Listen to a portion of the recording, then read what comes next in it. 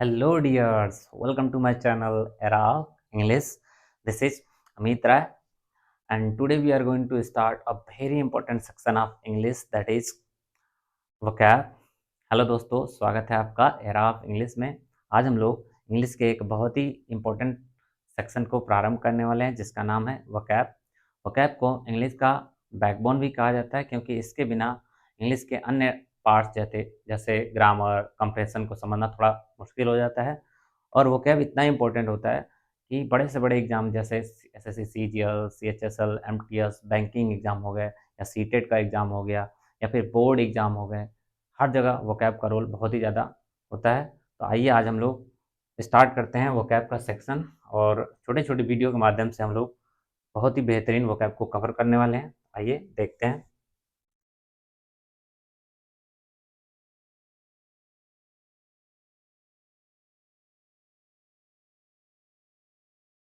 सबसे पहले अगर देखा जाए तो इंग्लिश के मेनली 3 सेक्शन होते हैं।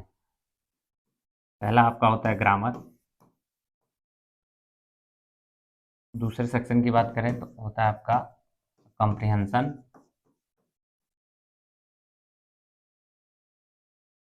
और तीसरा आपका होता है vocab।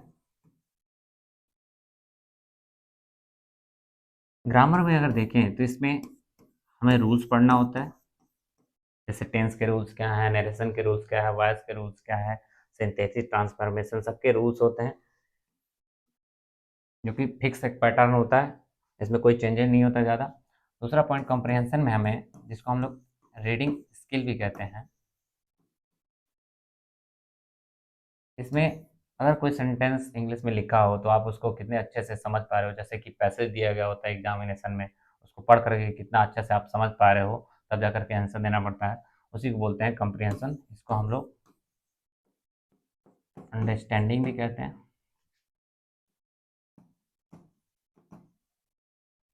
और तीसरा पार्ट वोकैब का होता है, जो सबसे इम्पोर्टेंट पार्ट होता है, जिसे हम लोग, वैसे तो वोकेबलरी कहा जाता है, लेकिन शॉर्ट में इसको वोकैब कहते हैं। इसको हिंदी में शब्द भंडार कहते हैं, और ये इंग्लिश का सबसे इम्पोर्टेंट सेक्शन होता है। तो आज से हम लोग वोकैब के इस सेक्शन को स्टार्ट करने वाले हैं। तो आइए देखते हैं कुछ वर्ड्स। जैसे मैं एक वर्ड लेता हूँ, अपोजी। तो अपोजी का अगर आपको सिनोनिम्स बताना हो, एंटोनिम्स बताना हो, तो सबसे पहले इसका आपको मीनिंग पता होना चाहिए। कैसे मीनिंग पता चलेगा, तब आप इसका सिनोनिम्स बता पाएंगे, या फिर आप एंटोनिम्स भी तभी सोच पाएंगे जब आपको इसका मीनिंग पता होगा। तो चलिए इसके कुछ सिनोनिम्स देखते हैं। हम लिखते हैं, आप देखिएगा कौन सा वर्ड आपको पता है और कौन सा नहीं। तो ये देखते हैं। जैसे मैं लिखूँ यहाँ पे, एक में अपेक्स,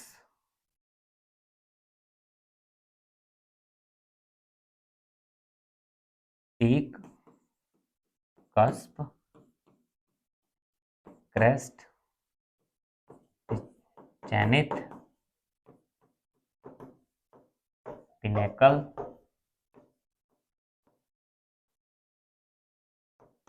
समिट। और आगे देखें तो और भी वर्ड्स होते हैं, जैसे इंस्पायर, क्लाइमैक्स, कल्मिनेशन,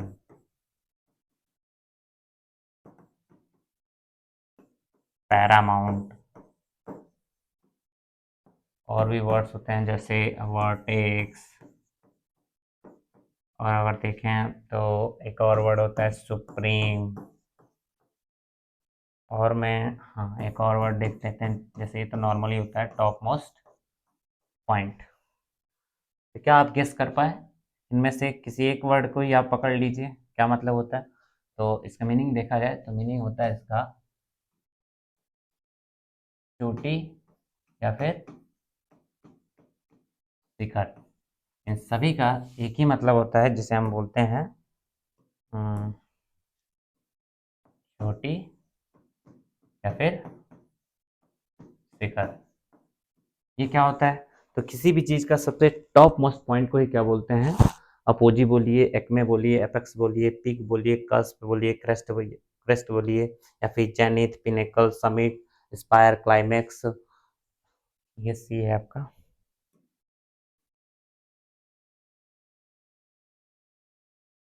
इसी है climax, culmination, Paramount, vertex, supreme या टॉप मोस्ट। सबका मतलब होता है अपोजी अर्थात चोटी या शिखर। तो इतने सारे वर्ड्स होते हैं, आइए इसको हम लोग याद करते हैं अच्छे से।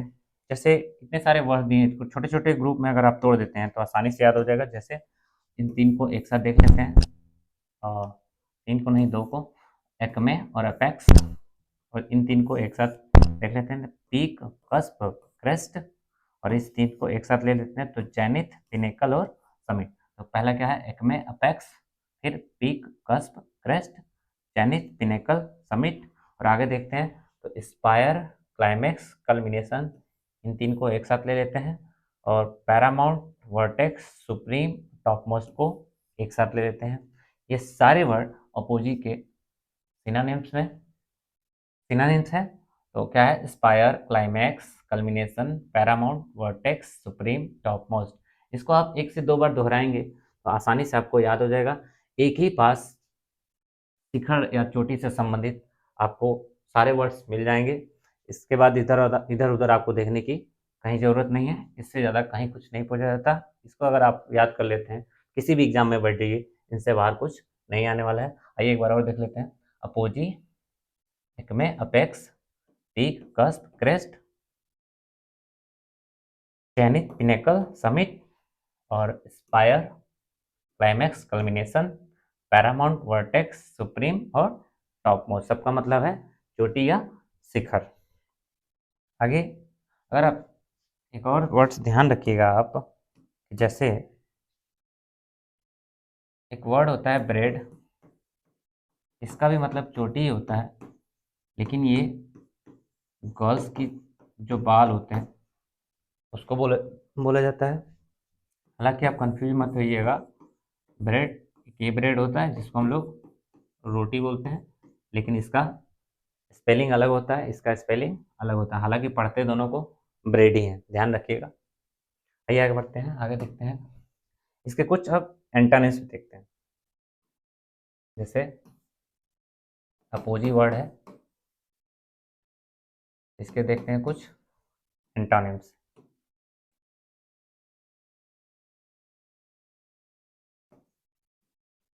एंटोनिम्स में देखें तो हमारा आ जाता है बेस, अगला देखें तो बॉटम, अगला देखें तो एक और वर्ड होता है नादिर, और एक वर्ड होता है अबिस। थोड़ा सा टफ वर्ड है, लेकिन आप इसको याद कर लेंगे, एग्जामिनेशन में बहुत बार पूछा गया है इसको। और आगे देखें तो एक और वर्ड होता है प्लिंथ, और एक और वर्ड देख लेते हैं फाउंडेशन। इन सभी का मतलब एक ही होता है, जो कि है आधार, तल, या फिर आप इसी को बोलते हैं पेंदी। अर्थात किसी भी चीज़ का सबसे लोवेस्ट पॉइंट को हम लोग या तो बेस बोल सकते हैं, बॉटम, नादिर, अबीस, प्लिंथ या फाउंडेशन। इनमें से कोई भी वर्ड्स आप यूज कर सकते हैं, जो कि ये सारे के सारे वर्ड्स अपोजी के एंटोनिम्स में आते हैं। आइए इसको याद कर लेते हैं। जैसे पहला वर्ड है बेस, इसको डिवाइड कर लेते हैं ग्रुप में। बेस, बॉटम, नादिर, तीन तीन हिस्से में इसको डिवाइड कर लेते हैं। बेस, बॉटम, नादिर और नीचे को एबिस, प्लिंथ और फाउंडेशन। तो क्या है? Base, bottom, Nadir. इसी तरह से एक दो बार आप बोलेंगे, और अगर याद हो जाए तो एक दो बार आप लिखेंगे तो ये याद हो जाएगा आपको। और उसके बाद से आप रिवीजन तो करना ही पड़ेगा, एक दो हफ्ते में रिवीजन करेंगे तो ये आसानी से काफ़ी देर तक, काफ़ी टाइम तक आपको याद रहेगा।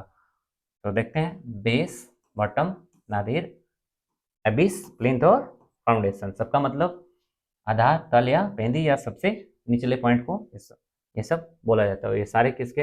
एपोजी के एंटानिम्स हैं। इससे पहले जो हमने देखा ये सारे के सारे अपोची वर्ड के सिनोनिम्स में आते हैं।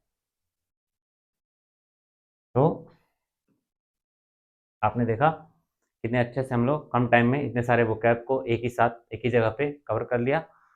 अगर वीडियो आपको अच्छा लगा हो तो लाइक, कमेंट और सब्सक्राइब करना ना भूलें, और कमेंट के माध्यम से आप बताएं कि ये कैसा लगा आपको। और इसी तरह के और वीडियो के लिए आप चैनल को सब्सक्राइब कर लीजिए, क्योंकि ऐसा वीडियो, छोटे छोटे वीडियो में हम लोग वोकैब के बहुत बड़े हिस्से को कवर करने वाले हैं और डेली कवर करने वाले हैं। तो मिलते हैं अगली वीडियो में, तब तक के लिए बाय बाय, धन्यवाद।